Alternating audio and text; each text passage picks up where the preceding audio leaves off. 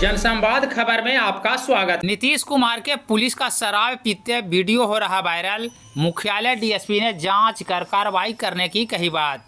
दरअसल जहानाबाद जिले में नीतीश कुमार के पुलिस का एक शराब पीते वीडियो तेजी से वायरल हो रहा है, जिसे लोग खूब ट्रोल कर रहे हैं।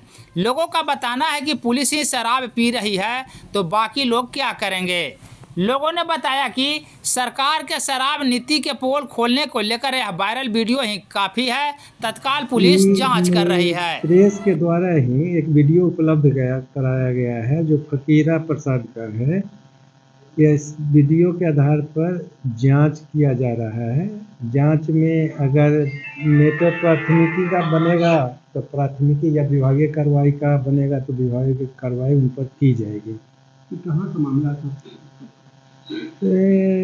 पहले उनकी पोस्टिंग किशनगंज में था, तो हो सकता है वहाँ का हो, या अभी सिकरिया में थाना में पोस्टिंग है तो सिकरिया का हो, या पूर्व का भी हो सकता है। जांच का विषय वस्तु है।